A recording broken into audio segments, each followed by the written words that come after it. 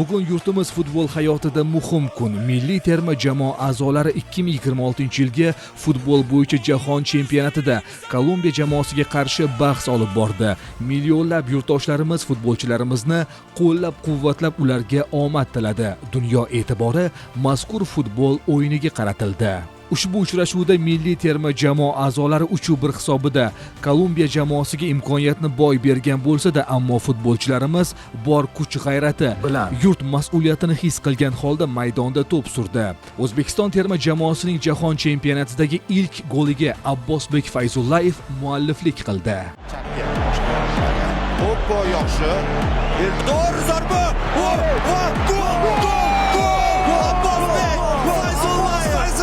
Davlatimiz rahbari futbolchilarimizning ushbu uchrashuvdagi o'yinini yuqori baholadi. O'zbekiston uchun tarixiy kun. Murosasiz juda qizg'in kechgan o'yinda futbolchilarimiz jahon mundialida birinchi marta juda katta tajribali jamoaga qarshi o'zining kuchli xarakterini ko'rsatdi. Oson emas, birinchi marta 34 yil biz kutgan voqea bo'ldi. Shuning uchun kuchli xarakteri, jismoniy tayyorgarligi va irodasini yaqqol namoyon etdi desak, bu ham to'g'ri. Biz uchun chempionatdagi birinchi golimiz bu ham g'alaba.